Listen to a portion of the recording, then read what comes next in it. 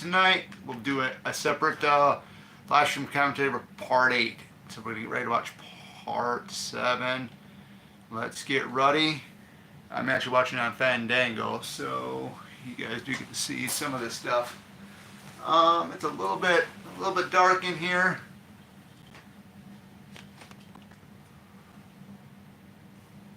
But what can you do? Because it's not too dark. It's not too light. But I got everything on, volumes down, good stuff. So we're just going to have some fun. First day of my vacation. I was going to go out kayaking today, but it looked kind of gloomy. A little dark out. A Friday 4 Inc. production, John Carl Buechler film.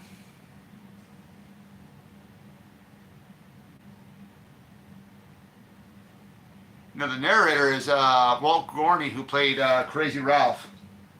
This is recapping all of the stuff from some of the previous films, which I think is really cool. And this was the last Friday the 13th that had that. So I think 5 didn't have a recap of what happened in the previous, and neither did 6, I believe.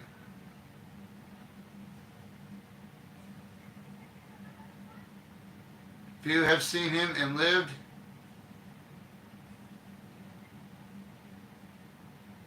Some have even tried to stop him. Nobody can. Or no one can.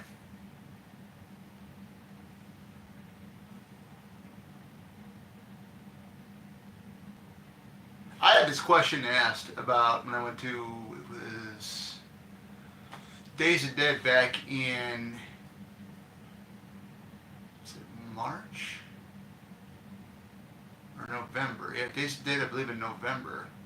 I think it was one of the Days of Dead. I was at a vendor stable, and they had a guy made this VHS tapes of the Friday 13th soundtracks. He had some of them there. He was asking me, because I looked at the part 6 one, he was asking me, why do you think everybody likes part 6? And I kind of said, I don't really know. I think maybe because it's the first time him being the undead Jason or the zombie Jason or whatever they call him. But this is the first one that actually has the kids at the camp. So that's interesting. But I know this is a lot of people's favorites. It's definitely not mine. I do get an opportunity though this November at Days of Dead in Chicago to meet Tom Matthews here, who we see in the recap of part 6 here, get ready to fight Jason, or try to chain Jason up. You just put the flames around the boat and stuff like that. So that'll be really exciting to meet him. He's going to be a part of the Return of the Living Dead reunion, and Miguel Nunzio is going to be there. So is Kelly Hu and Marilyn Polisher. And then, of course, you got Sean Cunningham. Yeah, happy Friday the 13th. I'm going to be doing Friday the 13th part 2 on Friday the 13th, so that'll be great. And I'm thinking about doing maybe the 3rd one, or maybe the first one again. We'll wait and see. Laura Park Lincoln, we lost her, man. She's the very first final girl that passed on, guys. Just think about that. I'm going to get, let's see if I can get some more light in here. Oh, there we are, right there. It's a little bit better. You can see me now. Yeah, Laura Park Lincoln, the very first final girl of this entire franchise, passed on. So, never got a chance to meet her, but I heard a lot of good things about her. I did get to see her. She had a small part in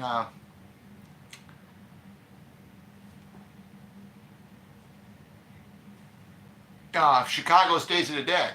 They're having Tom Matthews, Miguel Nunzi, I think it's Nunzio or Nunzi, I think that's how you say his name, from part 5, he was Demon. They're both him and Tom Matthews are going to be there for the 40th anniversary of the Return of the Living Dead.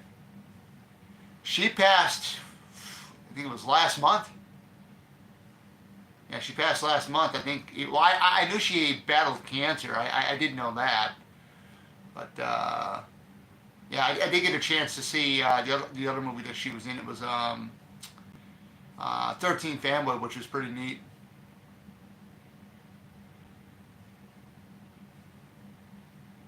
Neat thing about this is it's both off Harry Manfredini and Fred Mullen that did the musical score to this. And I got the musical score on the Waxwork vinyl, and some of it doesn't seem like it's from Friday the 13th Part 7, but Jennifer Banco here. I know Indianapolis Days of Dead has her for this Friday the 13th. Be cool if we can get her for Chicago in November.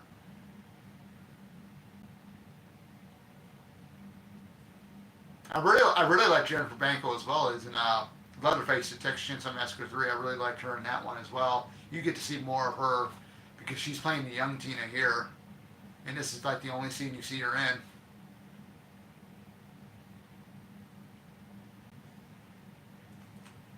And she had a small part in 13 Fanboy as well, so that was pretty cool getting to see her again in that.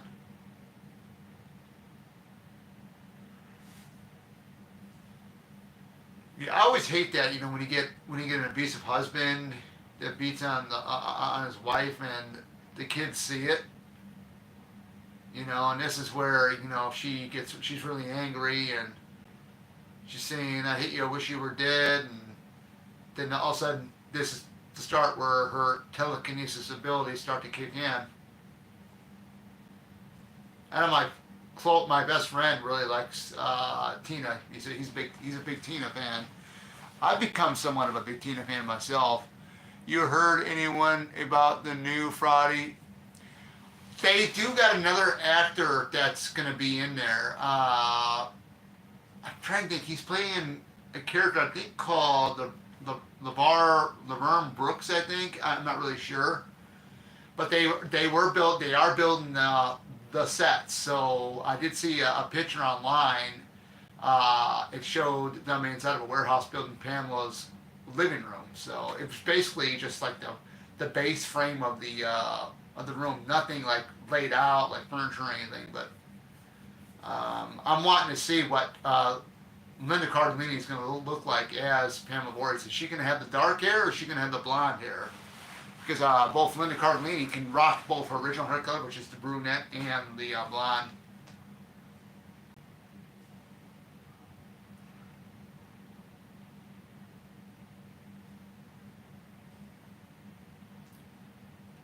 Chris Lake. I like that when Susan Blue, who plays Mrs. Shepherd in the film, I just love how they kind of got both her and Laura kind of looking like mother and daughter. If you look at just look at the way the hairstyles are. They're a little bit the same, a little bit in certain ways, but not so much. Then you got Terry Kaiser, who's Bad News Cruz. I have not met him yet, man. I mean, Chicago needs to get some of these guys down this way. I mean, in the next one, I would love to meet Jensen Daggett from Part 8.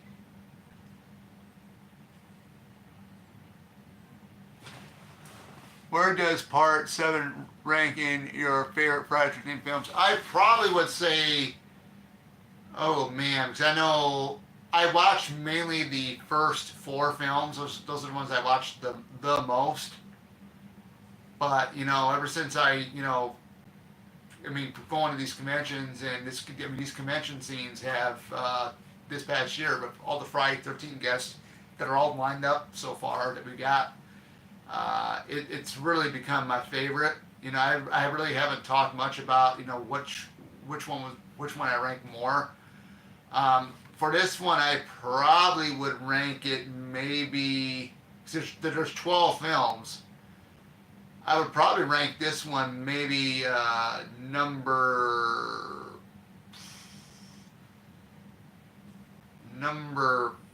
8, maybe I would say, because 1 is my number 1 favorite, 2 is my second, 3 is my third. Four is my fourth.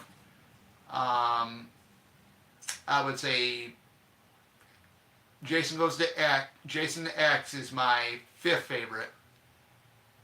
Let's see what else we got here. Uh, Jason Takes Manhattan would be my sixth favorite, and yeah, this would be in my. This would actually be my seventh favorite one.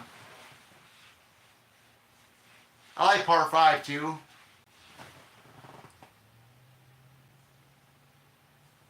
Face to Ace. Have you ever seen any of these films? Like, have you seen Part Seven? When was the last time you saw Part Seven, Ace?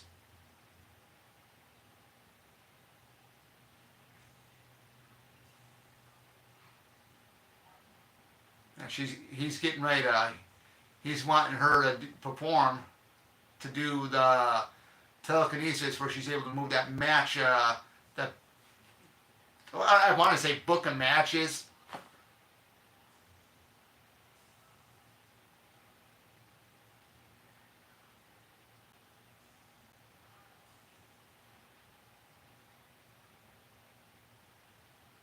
Concentrate, concentrate. He says, he's like.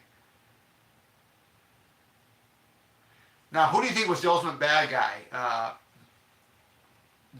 Cruz or Charles McCulloch from the Part 8, who was Rennie's uncle?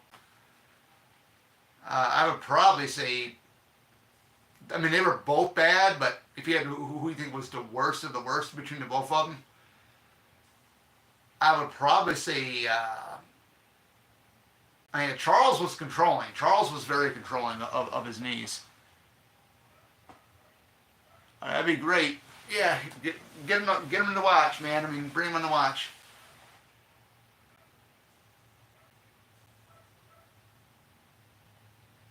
But I think Cruz here would have more of an upper hand because he's a licensed doctor.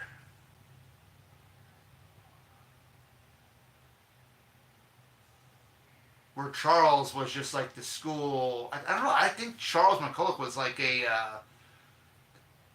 he was a teacher because he does say that to Tamara in Part 8. But we'll get to that later on tonight when we get there.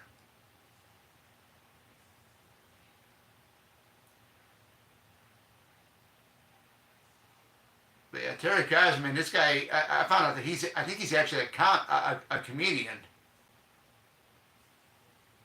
But he does a real good job playing a bad guy. I love that scene. I rest my case.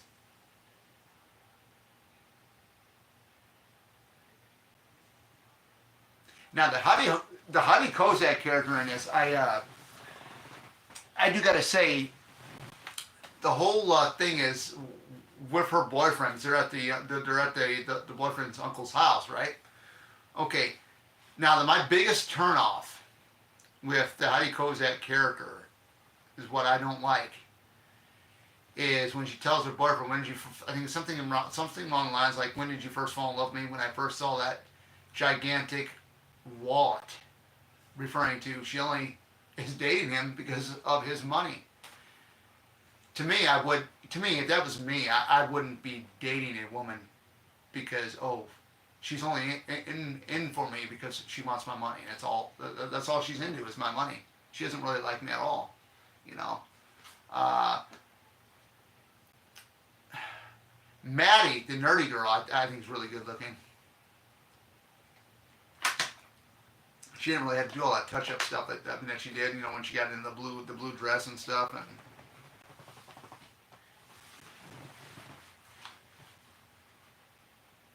the music in this is really, really good. I love this part here when she's, going back and she's on the dock here. Not every woman's like that. I mean, there are certain ones, but I mean, the Heidi Kozak character definitely displays that really well because, I mean, that would be my biggest turnoff right there because I'm not dating you because you're only interested in me because of the money I have. But I love this scene with, Tina going back on the dock and just reliving everything. And then here they're showing Jason. Now he's all more, deteriorated with bones hanging out. And now she's going to start channeling in that power of the telekinesis. And here we go. We're going to get things going here. I know Kane Hodder was sitting in like was in a tank thing here. Was what they had said, or what he had said. I remember there was an interview. So I love it how he just moves his head. I mean, his movements are really good.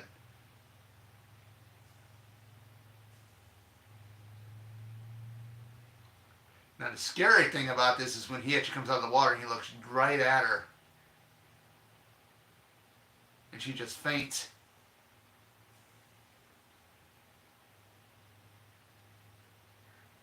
And that music with it too is really epic. Because he's looking right at her too, and she couldn't believe it. But I do agree this is probably the best looking Jason because of all the stuff that happened in the rib cage, the spinal cord, which we've seen. You know, a lot of people, you know, like I said, we'll get back into part 8 with why he changed because Jason X does explain that he's able to regenerate lost and damaged tissue. So I just rolled with that flow. That's why he looks different in part 8 versus this one. I know a lot of people were very, very upset about that. I mean, I can see that, but then it, you know, Jason X nicely tied all that in.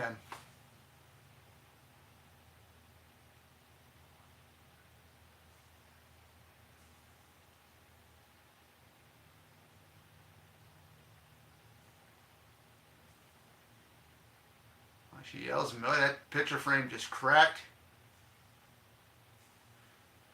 William Butler, man, he was also in Texas Chainsaw Massacre 3.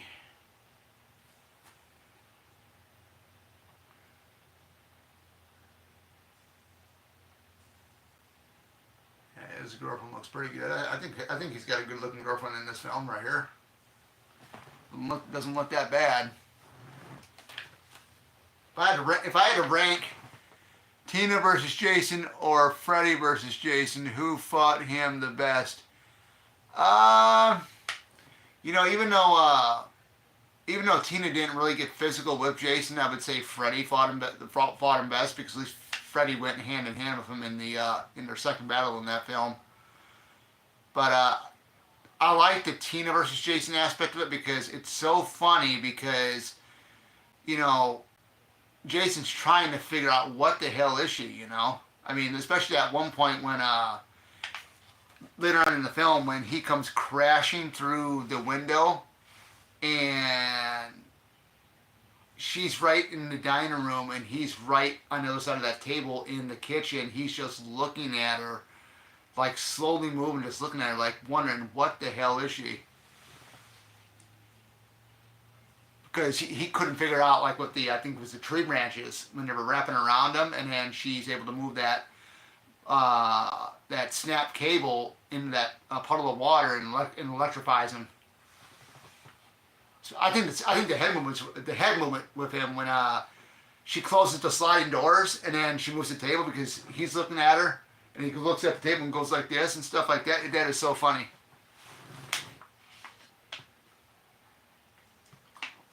Even when the roof, I think it was part of the awning of the roof or something that came down, like when it was starting to like come apart, you can see the fear of me. You know, it was like this, like that. And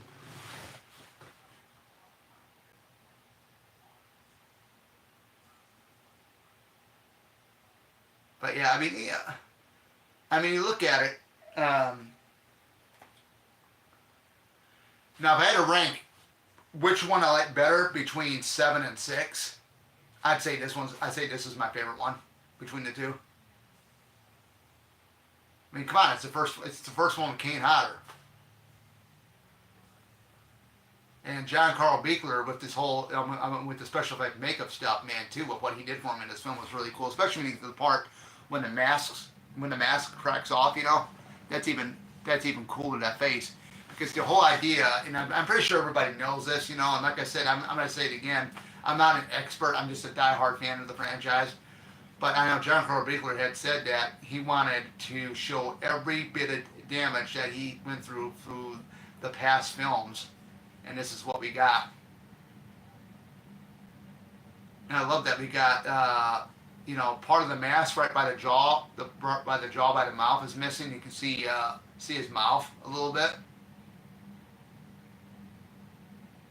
I think that's really well done, and it's really cool. These tent stakes, man, they were a specialty in this film here with as weapons. I thought this part was so freaking when he's going after William Butler here.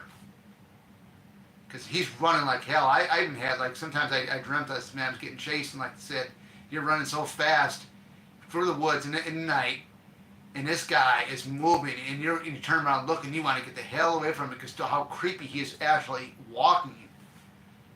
If I was running, I'd be running faster than what William's doing here.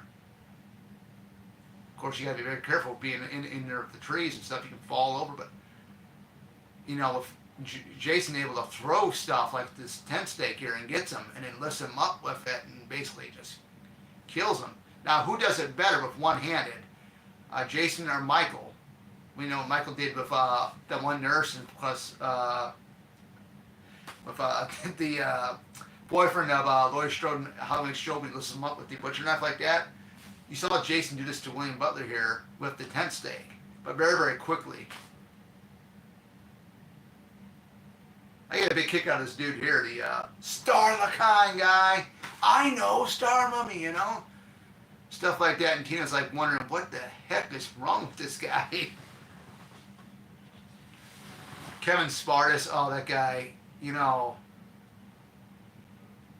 if I had to rate who would be the better couple out of the couples in this, I'd say, even though Nick and Tina weren't really a couple at all, they were just now getting to know each other. I think they would have been the best couple in this film.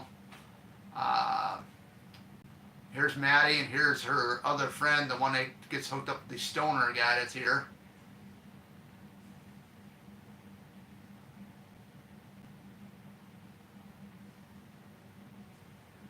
Heidi Kozak.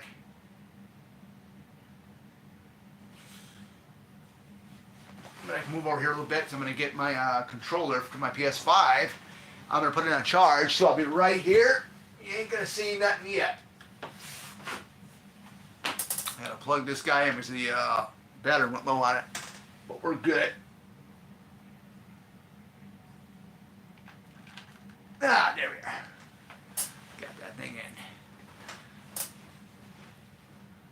And here comes Melissa. I remember quite a few years ago, guys. They said the actress that played Melissa had passed away, and I found out that it was a mistake. I found it out recently. She's actually living a very peaceful life, very low profile, out of the spotlight and stuff like that. She was. You put her right next to Maddie here. Even Maddie's got like the, his glasses and stuff. I still say Maddie's more the girl next door type. A woman that I can see myself with, but, you got Melissa's very rich looking, and not to bash rich people. Not all rich people are this way, but, some of these rich people can be very, they can be rich snobs, jerks and stuff, but, not all of them, but some of them can be. But they did a very good job casting some of these people in this film. I got to tell you that. Of course, you got, Terry Kaiser as Bad News Crew, Susan Blue as Mrs. Shepard here. Of course, Laura Park Lincoln.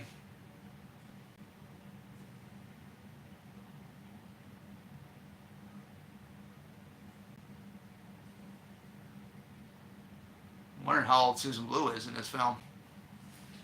I know she's done some voice acting, if I can remember correctly. I remember looking that up quite a few years ago. But I love her hairstyle. It is awesome.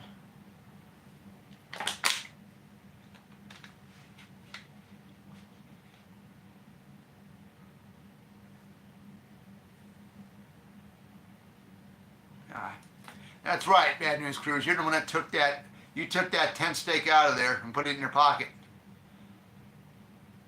Seen that move? He's trying to be really, really slick, people. I'm gonna go ahead and see if I can get this light on here. See if we can get some a little bit better, a little bit better lighting. Trying to get some better lighting here. I mean, you guys can still see me, so that's pretty much good enough. Let's see what that looks like right there. Wow, we can still do it, yeah. Like that, that'd be great. That's the light bulb.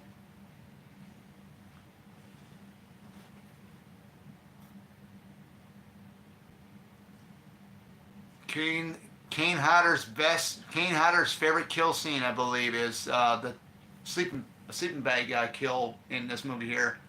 I know he's talked about it, and these two are a bunch of unknowns. So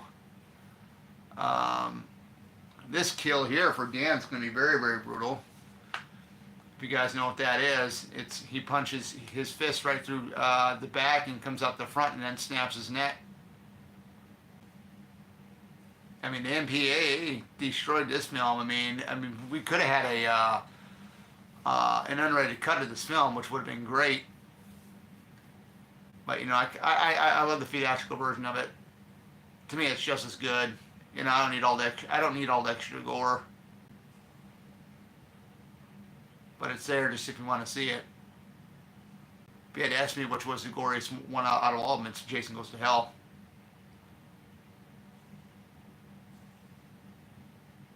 But that damn music, man, I'm telling you, that damn music is great.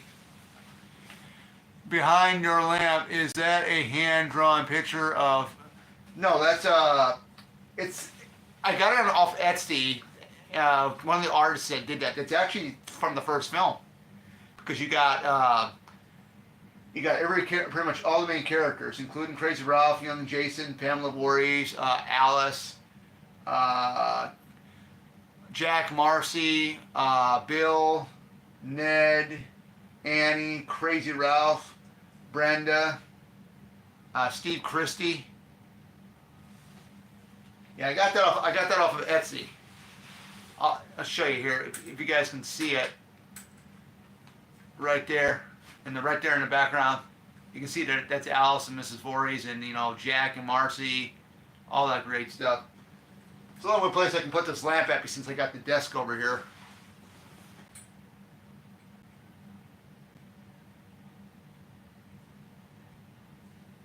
I love how he cuts right through it. Now you guys asked me one thing. Who cut through the tent better, Kane Hodder or Derek Mears?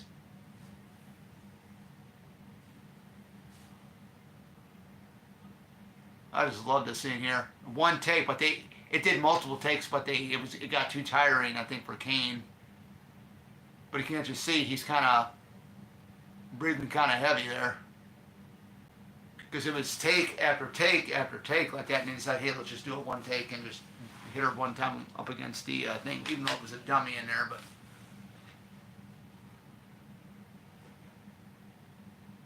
Yeah, he was good. I know a lot of people didn't like the films that he was in because they were very, very different. But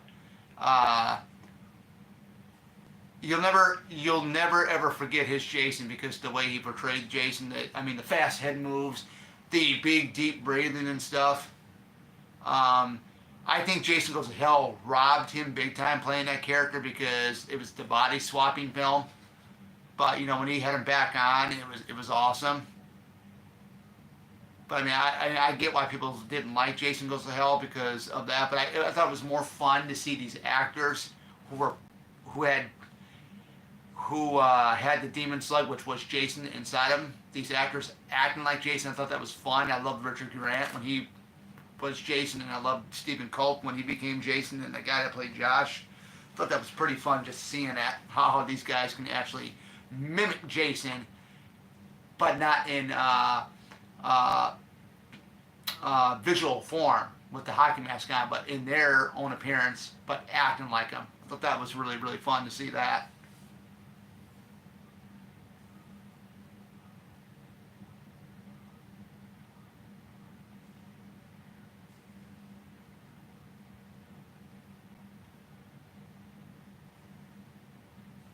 Now the question would be, this would be a real neat question. Could you imagine if we had time travel in one of these films, and then they bring Jason back to Friday the 13th Part 2, or maybe Friday the 13th Part 1, and they have him like this, and him going back in time in the first film, or in the second film, or in Part 3. Just imagine zombified Jason and Friday the 13th Part 1, or Part 2, or Part 3. Wouldn't that be really cool just to see what would happen?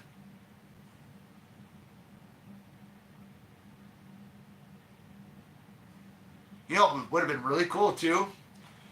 Could you imagine if Mrs. Voorhees never was killed off in the first film? And could you imagine if Jason actually decided to come out of hiding and say, "Hey, here I am"? I'm wondering what would have happened there.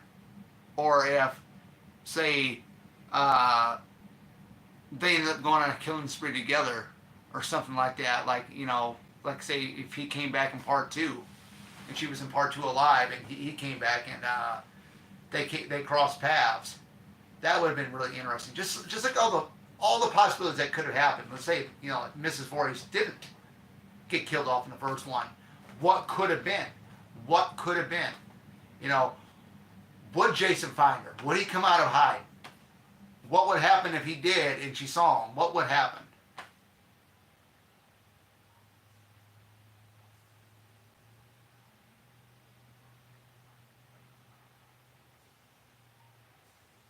I just love the way Laura looks right at Bad News Cruz when she was with her mother. Oh, that was epic.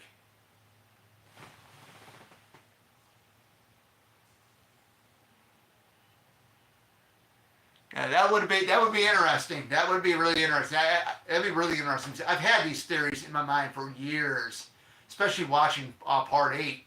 Imagine him and Mrs. Voorhees going on a killing spree in Manhattan, or on the boat going to Manhattan and stuff. That would have been epic. Just some fun stuff. Some people might think I'm kind of crazy for saying that, but just what if? Like what they have in the Marvel Cinematic, the Marvel Universe, the What If thing on Disney Plus, which I don't watch, but I've heard it's like a alternate version of stuff. How about the What If of the Friday 13th franchise? What if we had human Jason from parts 2 through 4 on the boat going to Manhattan? That would have been epic, seeing human Jason in Times Square in that one scene. That would have been crazy.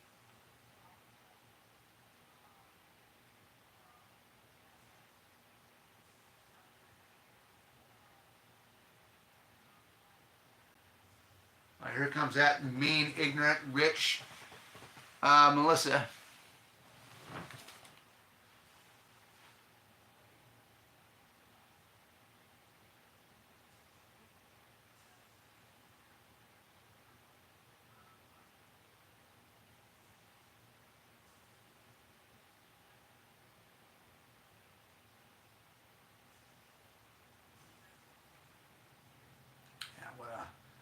What a jerk, Melissa. What a jerk she is.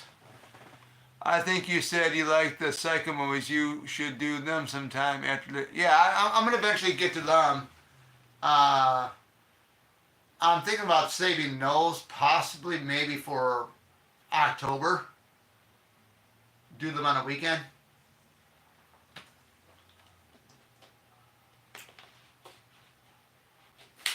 Because I kind of want to get out of doing I kind of want to get away from doing horror stuff and talk about other films that's non-horror. I mean, I love horror, but I want to talk about, do live stream commentaries for other films. I want to do some of the Marvel films, but man, they're just too damn long. I mean, I know Wakanda Forever is 161 minutes, and then of course Avengers Endgame is 3 hours. I would actually need a laptop to do that. Because right now I'm filming all the stuff on my phone. I've been doing the live streams on my phone because the Action Pro camera doesn't do live stream stuff for like YouTube. It doesn't have that capability.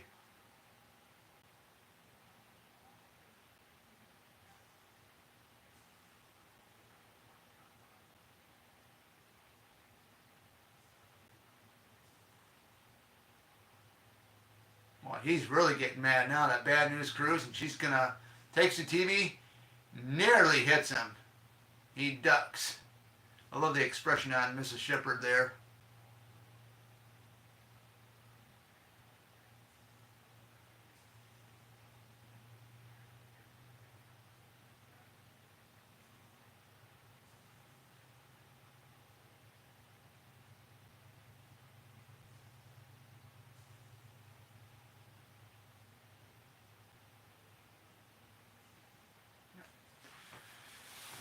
Dun dun dun dun.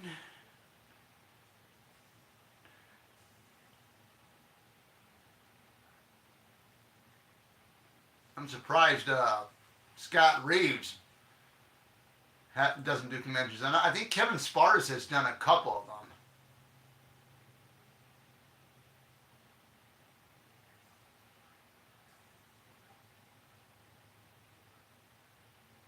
But I think they titled him as Kevin Blair in this, not Spartus. You know, this so much resembles because you got the house right here and you got another house over on this side. It kind of resembles like um gosh, what do you want to call it? Part or final chapter. Final chapter. So yeah, that's what that is.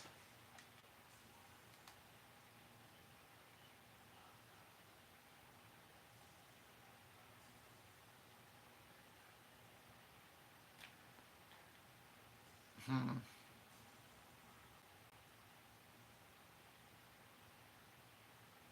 Yeah, I'm gonna go see that one. That one's gonna be a fun one. I'm gonna do something really quick, guys. I'm watching this on Fandango, and it basically froze on me. So, oh, here we are. We're right back up in here. Thank goodness it went back in. I think for Jason Takes Manhattan, I'll go ahead and watch it on Blu-ray when we get to there. I'll give you a review when we get to that. And here we go. And almost size of your beautiful wallet. Yeah, I heard that the beautiful wallet stuff, and I'm like, nah, you only want me for my money, honey. You ain't doing that. Yeah, when I get to the Fantastic Four movie, I'm definitely gonna give that a review. I'm more hyped up about that film than the new Superman movie, and the reason why. How many times did we have to have Lex Luthor in a freaking Superman movie, guys? I mean, it is starting to get way out of hand. I know he is the number one arch nemesis to Superman, but they could have done Brainiac. Maybe we'll get some surprises in this film. Who knows? But I'm not a big DC fan. I've always been a Marvel fan.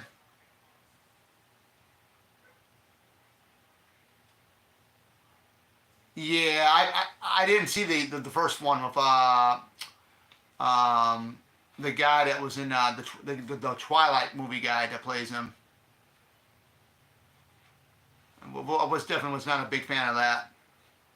Oh, he hits this guy with the face and the axe, and they call that kill called the Coochie face. I love how Jason pops up out of the water to get her. The only thing he's got to do is tug on one of her legs, and he drowns her instantly just by dragging her down one, like that, and that was it.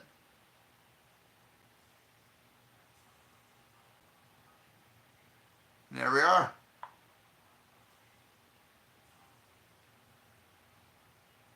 King Tut rises from the tomb.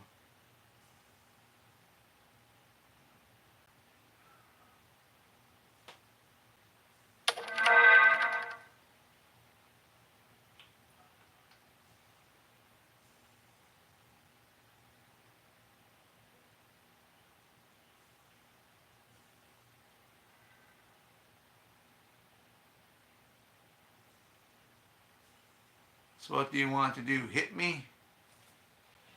Come on, Michael. Come on. Answer the phone.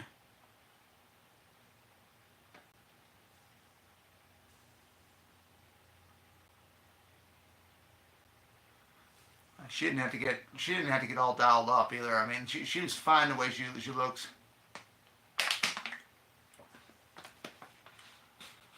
I'll tell you what, if I was in this movie, I said, "Yeah, come on,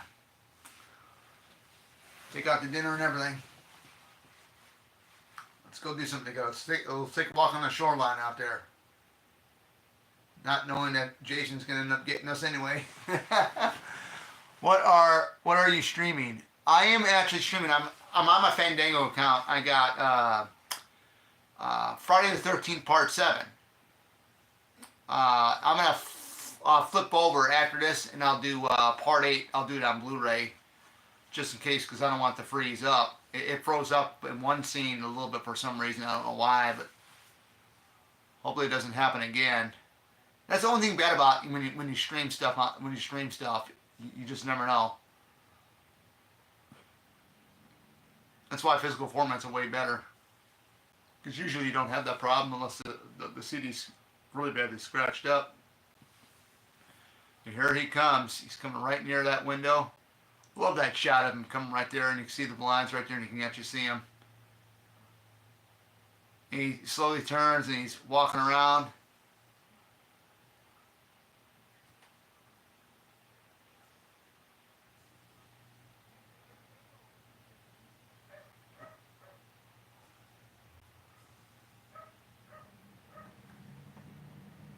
Oh no, why would I be Tommy Jarvis? I'm Oracle 684. This is my channel.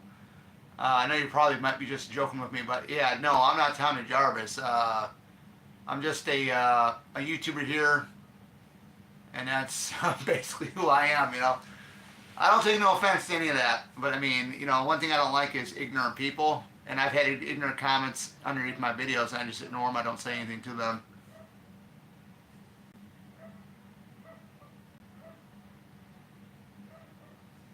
And we're already living in a messed up world anyway. You know, it's crazy.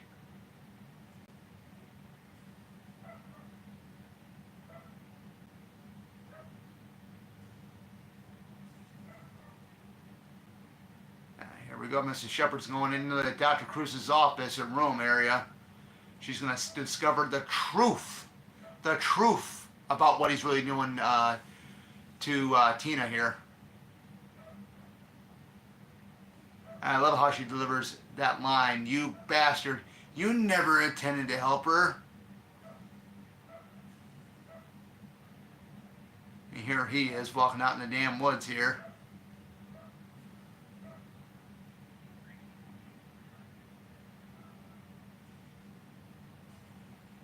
It's amazing how time flies with this film, because we're like, I think, halfway. Yeah, we're halfway through the movie. It's like we're like 41 minutes into this movie already.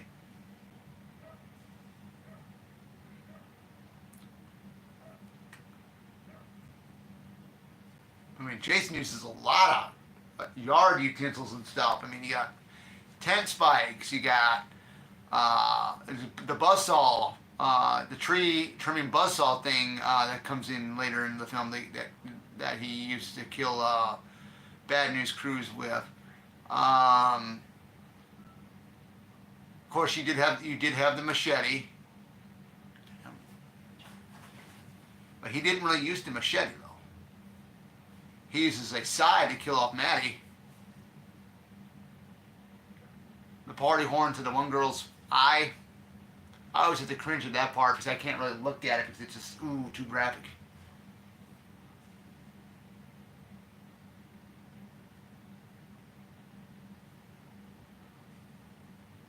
Yeah, she's looking at a TV screen. I didn't notice that.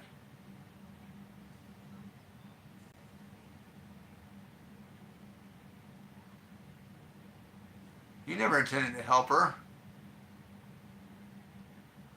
Be reasonable. That's why I'm here. First, I find the spike, then this. What have you been doing to my daughter? I've been trying to help her. I love how she fires back at him.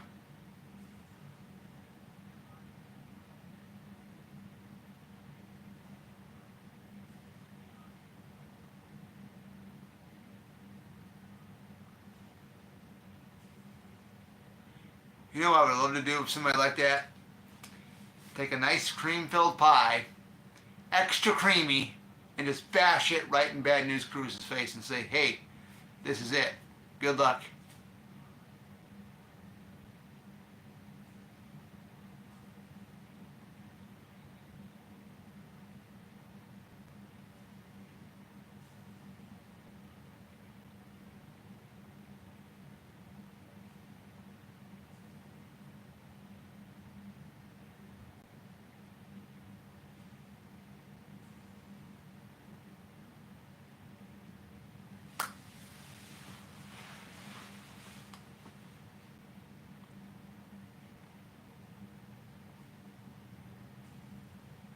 I'm gonna have to commit her even if it's against your wishes.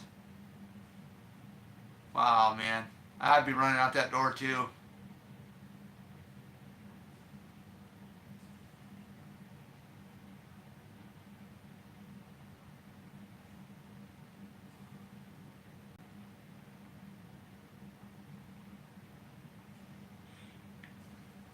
And this was originally supposed to be Freddy versus Jason, but New Line and Paramount couldn't come to terms for some reason.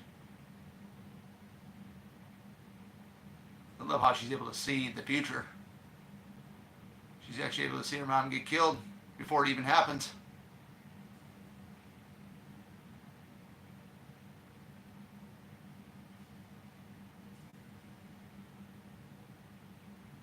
You guys might hear some background noises. My neighbor next door here, he's having a party in the back there with his family. And it's just him, his wife, and his kids.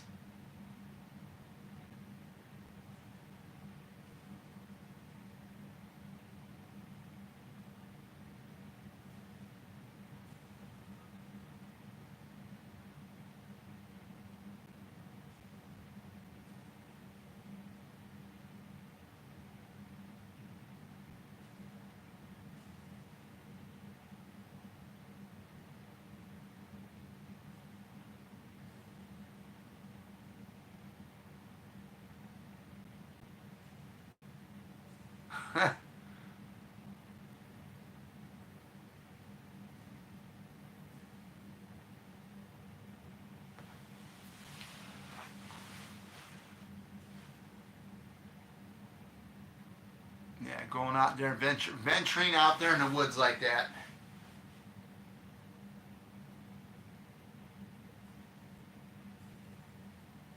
I don't know. Does anybody know if they had contact lenses back in 1988 or in the 80s?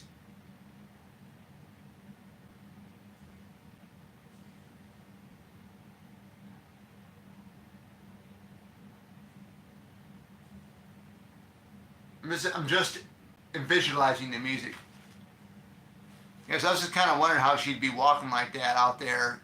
I don't know if I don't know if the actress really has really wears glasses or not in real life.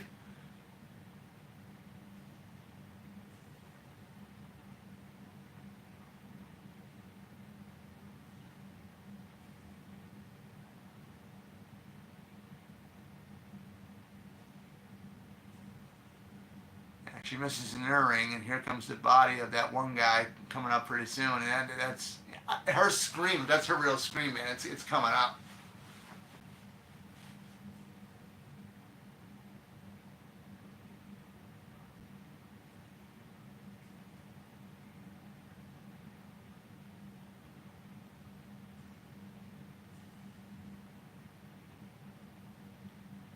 I like how they showed him drop in slow motion. And that scream, and then here comes Jason that appears right behind the tree. That was really cool. I love how he just came out like that. Yep, he's on to her.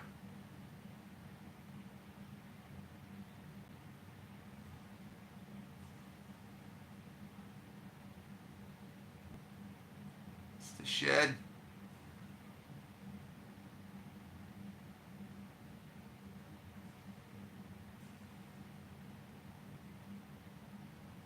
You can see the mouth moving, the lower mandible moving, the teeth.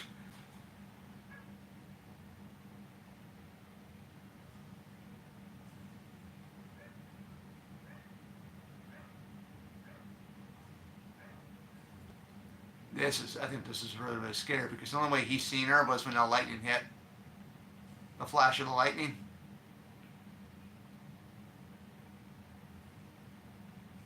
Yeah, he saw her. He did see her, even though he had one eye, but he did see her.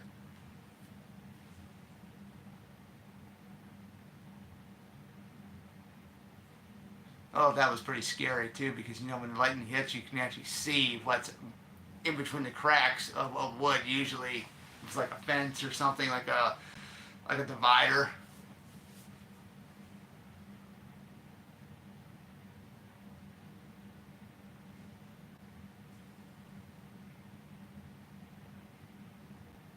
That's the sigh. He's got the sickle sigh. He's got it.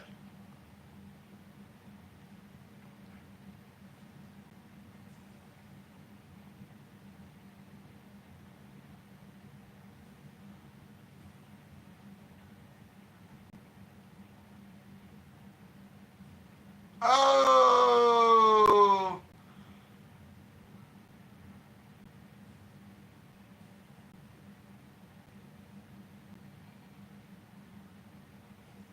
Of course, and here we are. Nick and Tina meet up again. This time in the deep, dark woods.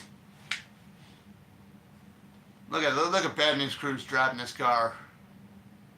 Or a station wagon, I think. I mean, that's a pretty nice looking station wagon too for a 19 for the year 1988. I don't know if it's an actual 1988 vehicle. It could be.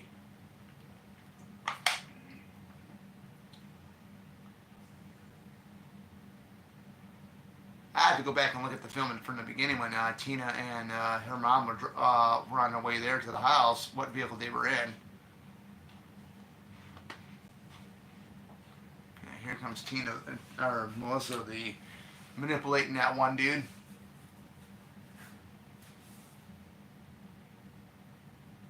The size of the house is awesome.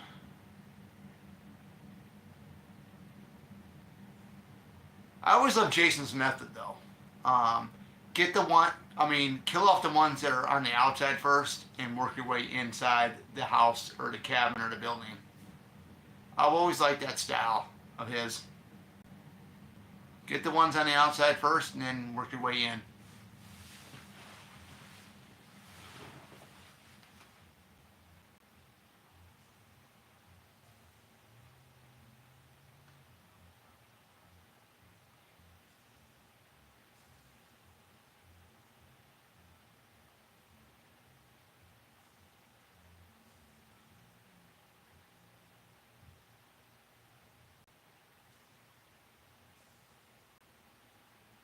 And you can open up that door. Wouldn't that be something if he was right there and he off the both of them right here?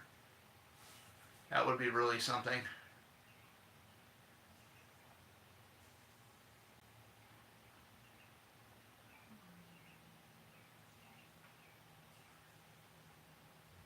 It's the party band.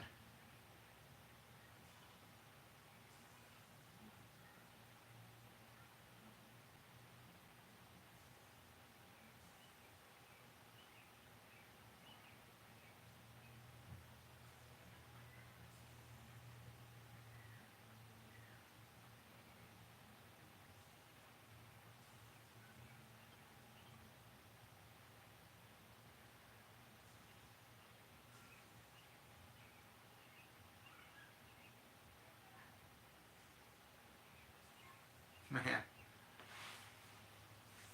Oh. Oh, he's got him. Oh. Oh.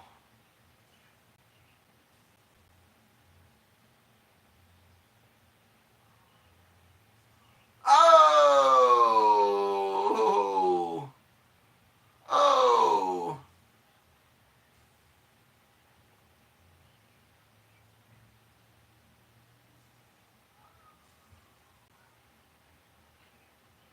Oh man, here we go.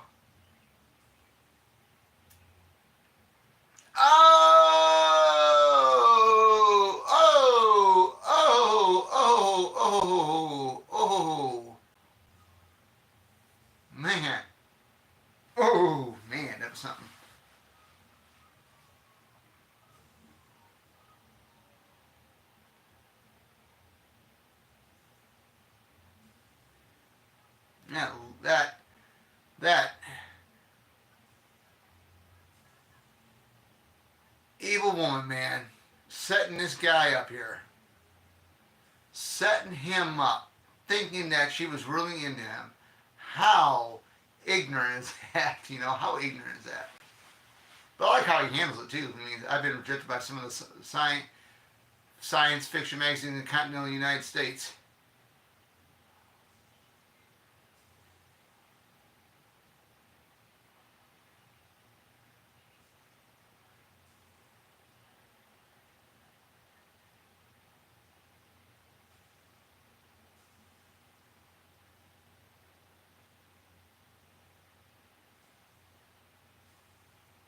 Okay, here we go. And now, since he's got everybody that's on the outside, he's gonna work his way inside by doing it with the power box or snapping it off, and the power goes out. So here we go, man. Here we go. This is what I'm talking about. Take care of the ones that are on the outside of the house and work your way on the inside to get the rest of them.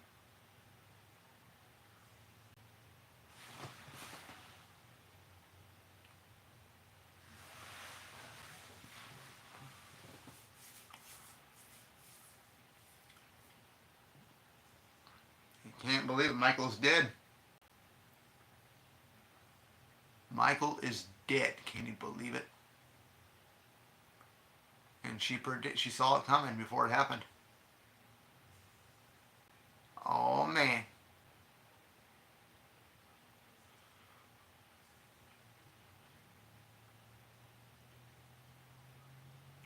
Oh man, here we go. Here we go.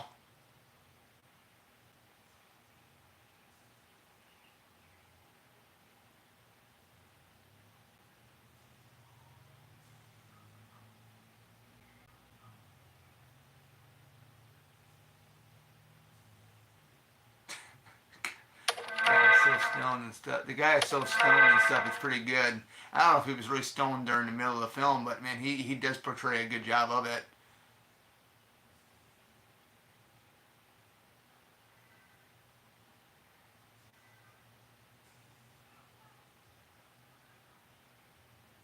If you guys heard that beep, that's like a notification that came on my phone.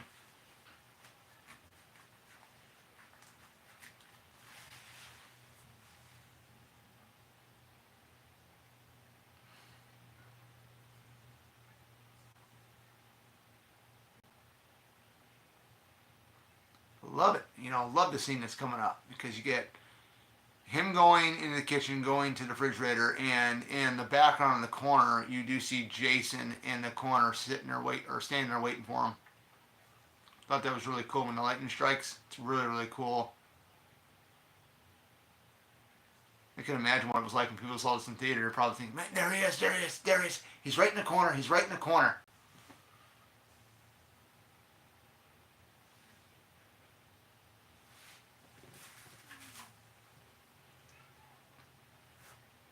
There we go. Let's just put that ring light on. Do a little bit more light in here.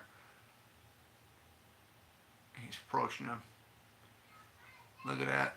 Moving nice and slow right there. And gets him. Oh, the way he jabbed it in. Oh, man. It's a slobber knocker, I'm telling you.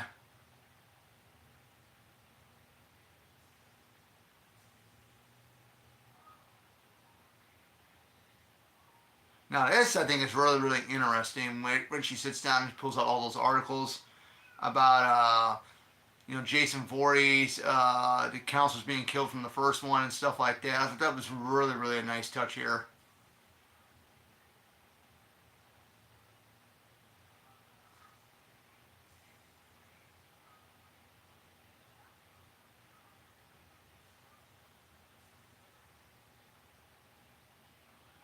Mass murder, Chris Lake, killer.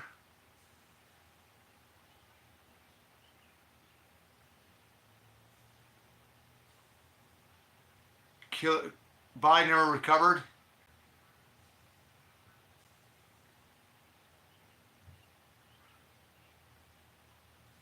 It was him in the lake.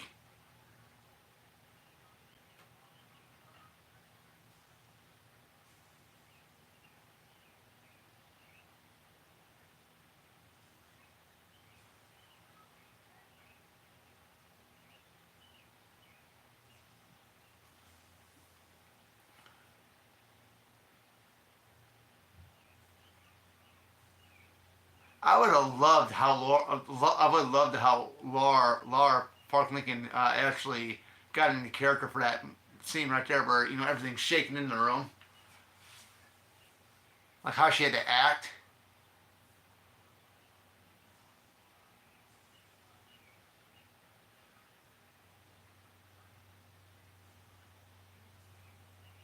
I wish they had video footage of behind the scenes of this stuff right here, like them actually filming the scenes and just seeing some of the bloopers and outtakes of it. I mean, going back with the first film, I would have loved seeing how Betsy Palmer and Adrian King interacted with one another before their fight scene or their scene when they're going one on one at it a couple times in the film like that. I would love to see how they what they were going to do. What Betsy told her, hey, I'm going to go ahead and hit you here. I'm going to hit you there. It's not going to be too hard, whatnot. And I would have loved to see that, how they discussed all that.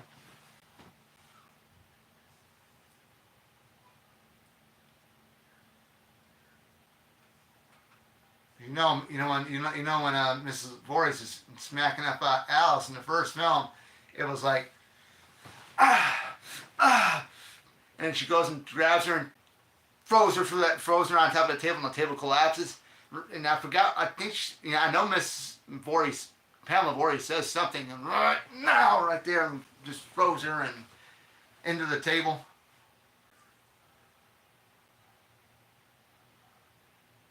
Oh, he is out of there. Look at that. Now they did create a scene in here with the tent earlier on. That was actually a scene that they did with part 4. I think they edited it in.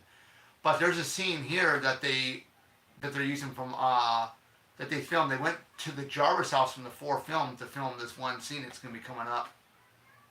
This is the scene where the girl gets thrown out the window. But when you see the stunt double go through the window, look really closely at the body, especially like the legs. It's a male dressed up as the female character that gets thrown off the window at the top floor.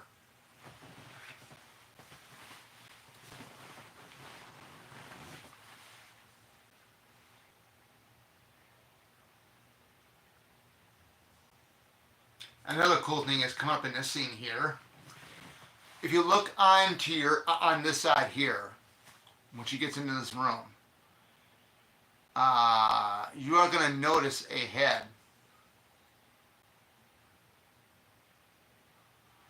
I'll let you know. I'll motion over here if you look over on this side of the screen.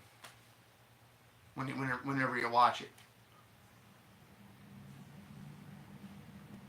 Right when she's opening that door.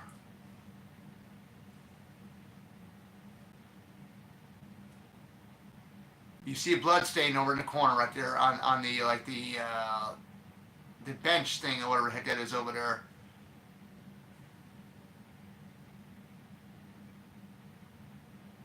And we are actually in the Jarvis house right now. They went back to this location, I believe, just to film this one scene.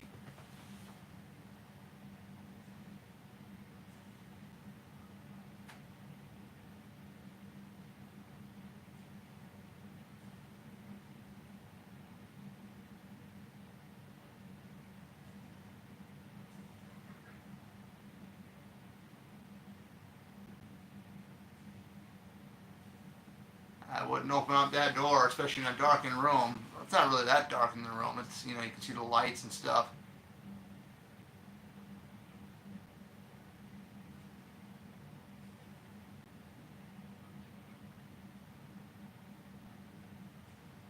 Oh, the cat came out.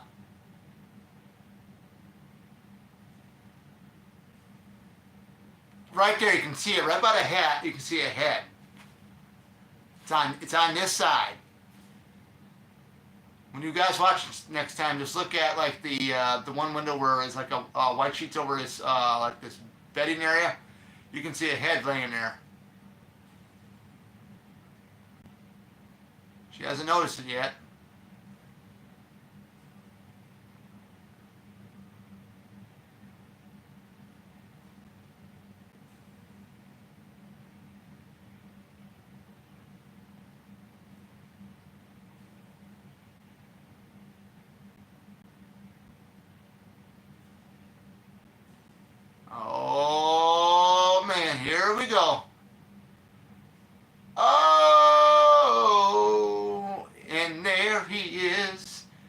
behind door number 2. And the way he throws her, man, picks up and throws her, something. Now this is a guy dressed up as a woman, and you can tell by the way it looks. Yeah, you can tell. It's easy to tell. I mean, you can easily tell it was a stunt double. I mean, they did the best they could though with that scene. I mean, it was obvious. Even like with part 1, when Brenda comes through that window right in front of Alice, you can easily tell it was Tom Savini or a stunt double. Tom Savini filmed in as a stunt double.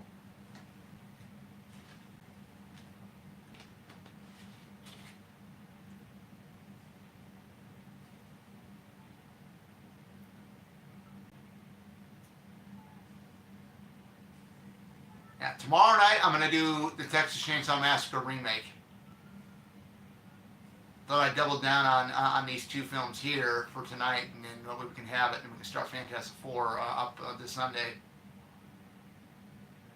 We're talking about the Tim Story Fantastic Four, the one that stars Michael Chiklis, Jessica Alba, Chris Evans before he was Captain America. That's one thing you don't want to do, is yell out in the woods like that in dark time, because the killer can hear you. Well, we've seen enough of that in these horror films, but it's fun. It's just a movie. And he's right there, too. He's coming in. He's coming in. He's coming in.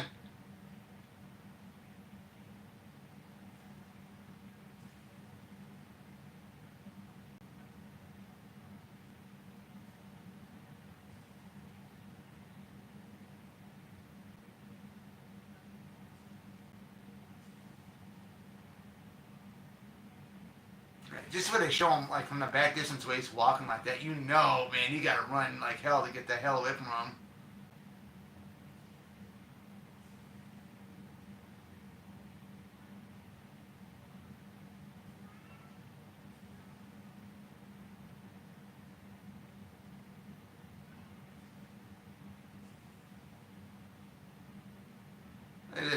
This pathetic idiot, man. You're gonna put her right in the middle, and you're gonna kill her. Have her killed. Oh, man, no wonder why they call him Bad News Cruz. No wonder why they call him that. But Bad News Cruz, guys, he's going to get his, and his is coming up. His time is coming up, and believe me, they say that the real jerks in these films get it the worst.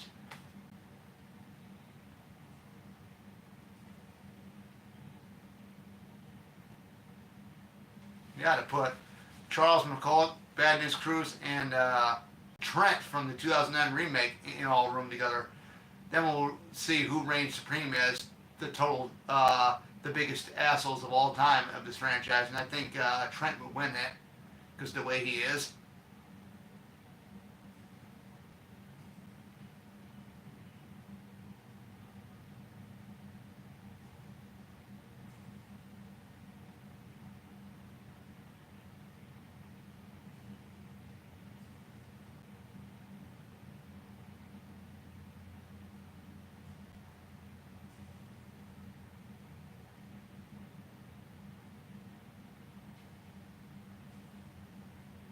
Oh, and there is Melissa, man.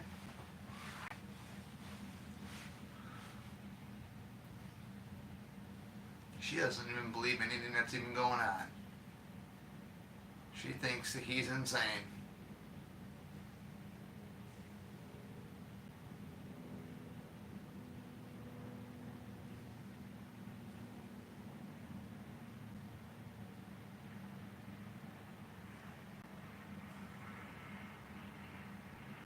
Oh, here we go. We're gonna get ready. It's gonna be the first time Jason and Tina faces off here. We are gonna see it in a little while coming up.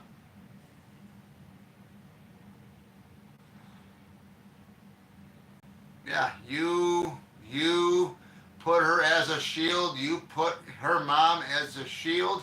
You got her mother killed, and now, my friend, you're gonna get what's coming to you, I guess, because oh my goodness, this guy is gonna get what's coming to him.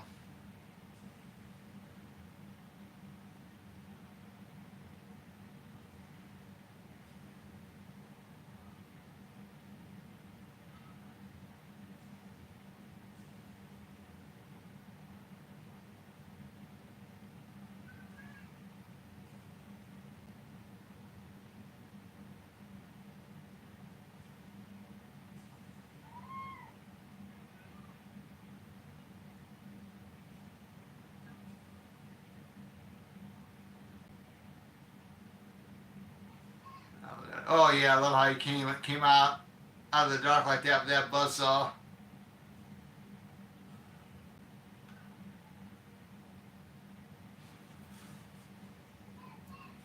All right. All right, here we go.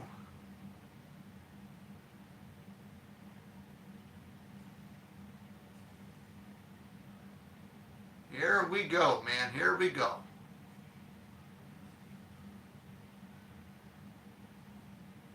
He comes right behind him, too. He shuts that machine off, and he comes right behind him. He knocks him down, and then he gets him. It's amazing. I don't know how the hell Jason knows how to operate these things. Oh, one punch knocks him, sends him flying. And he starts this thing up.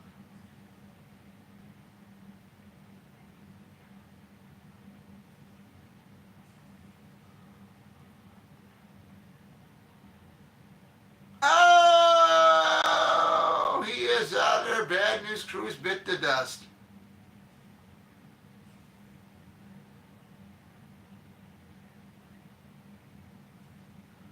We're finally going to get to see in a minute here. She's going to find she's going to find all the bodies, and then she's going to eventually come face to face with Jason for the very first time.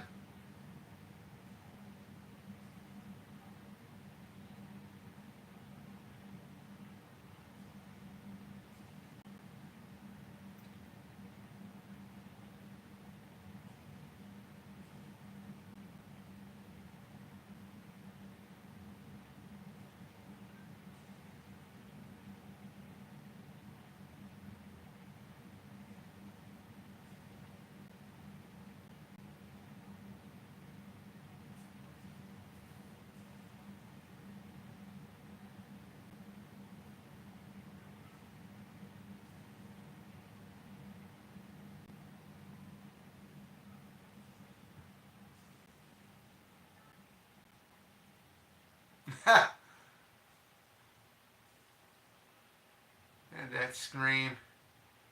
Here we go. Face to face for the first time. Here we go.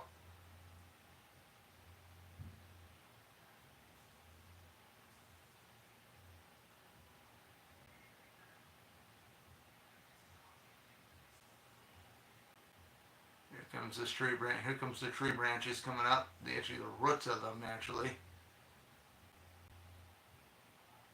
He's looking at it, and he's gonna look, and he's gonna look up at her, wondering what the hell is going on.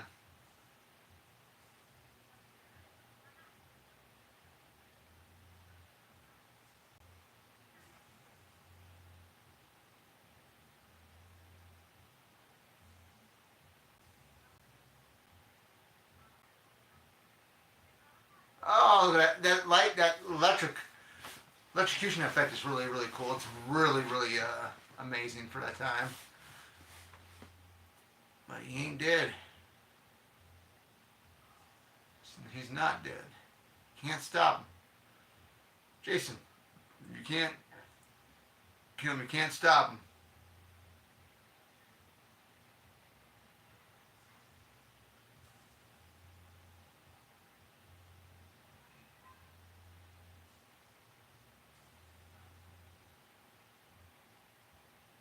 Oh man.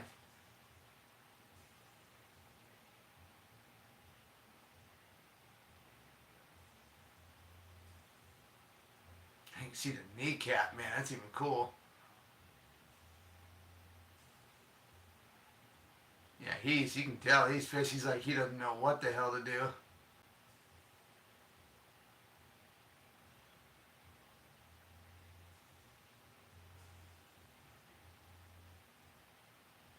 Oh, here he comes right for the window. And then we get to see him when he rises up like that. He just stands there. And he just does not know what the hell she is. It's like, what the hell are you?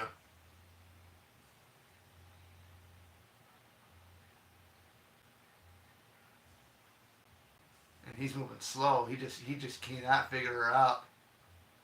Like, what the hell happened out there?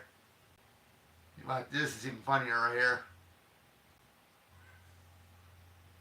And the way he looks at the table, and the table goes.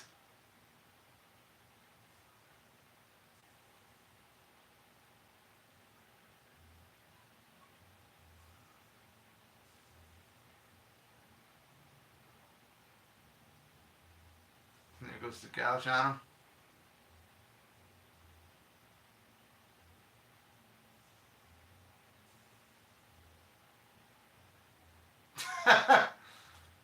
When he gets knocked down.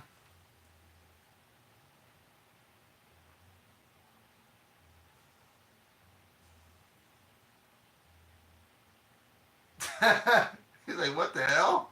What the hell's going on here? All this stuff's collapsing on me, man. Oh.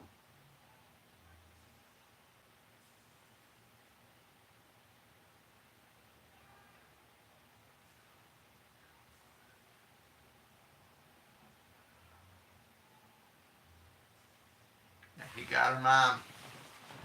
He got her mom. She thought she killed him, but he's not. He's not dead yet. He's definitely not dead yet.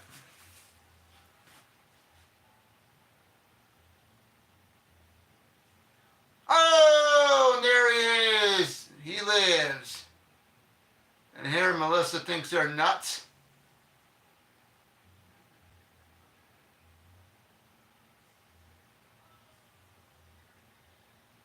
Gonna go back to bed? You want to come? Love to come, but I mean, I'm not going back over there if it's what's going on.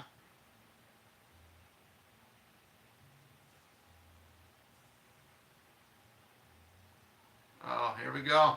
Saw the shadow of him.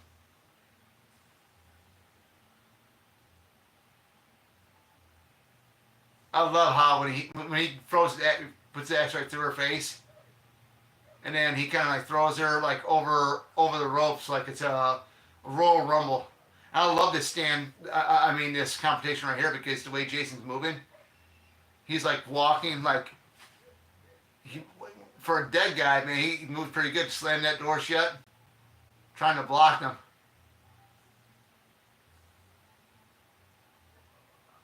The way Kane moved there, man, was pretty cool.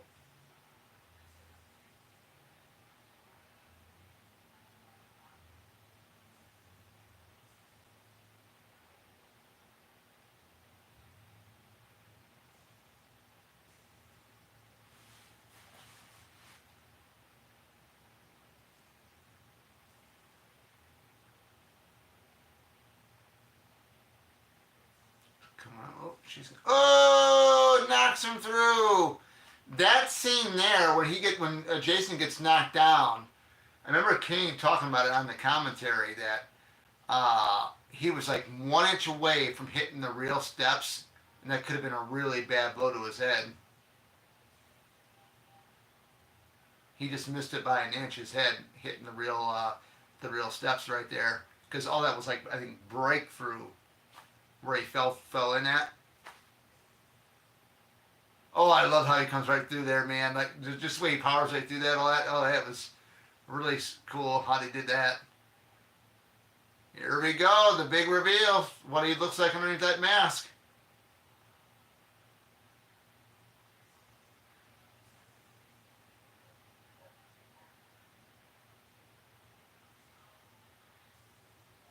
Oh, look at that. Sucker, look at that.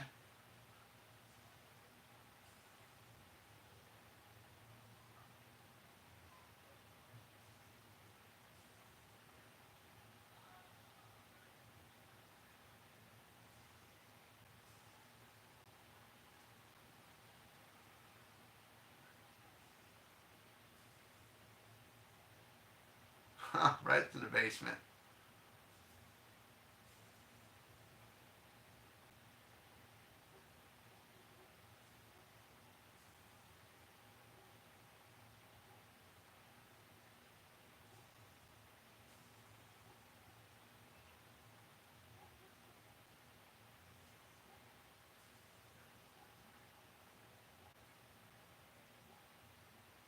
Shows up close look at him. Look how grotesque that guy looks.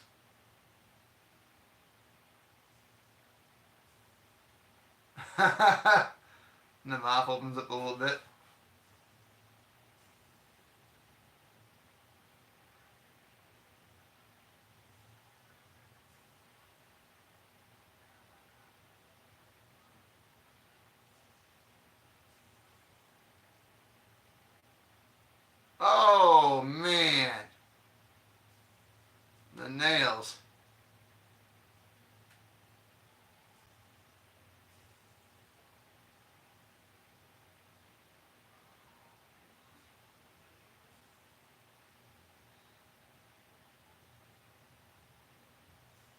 I mean, he's spraying him. He's like backing off and stuff.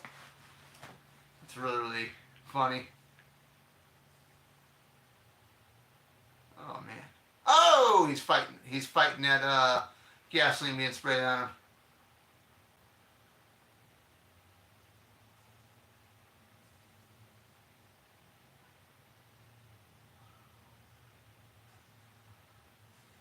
He looks at him like, what the hell?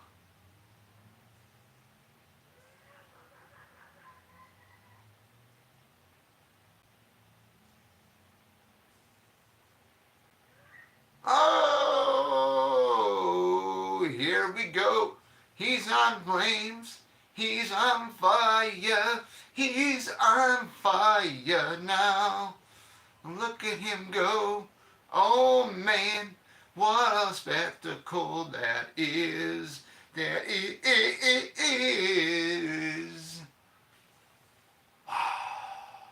Yeah, that's how I do it.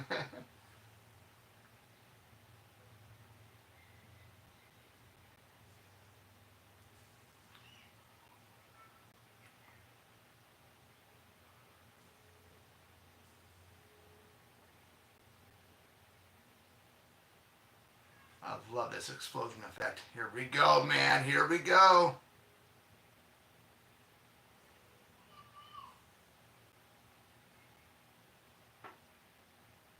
Oh, man. Look at that stuff fly.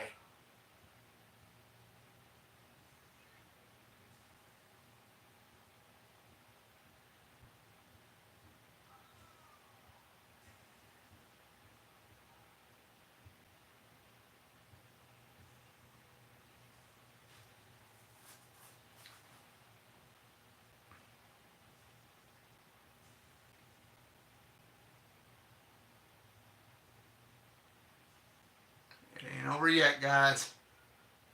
It's not over yet.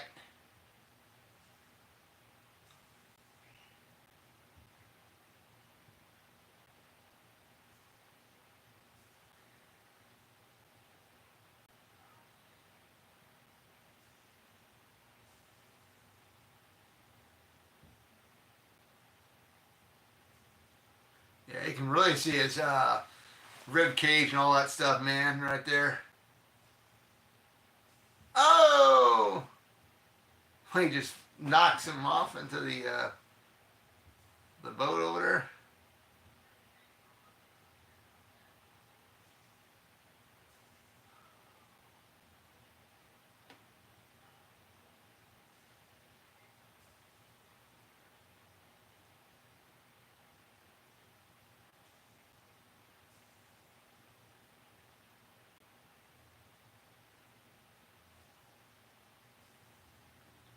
And it comes to the father. I know a lot of people were very mad about the father looking like he is, like he just freshly came out of the water, instead of him not being a rotting corpse. But to me, it is what it is. I mean, I accept it for what it is. You know, uh, we do get a scene. John Carl Buechler's in this scene right here. He's the one picking up the Jason mask that was split.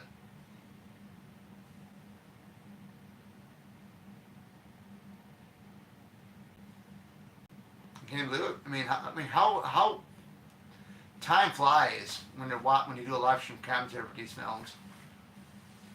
It's really great. So really, really awesome. Awesome film.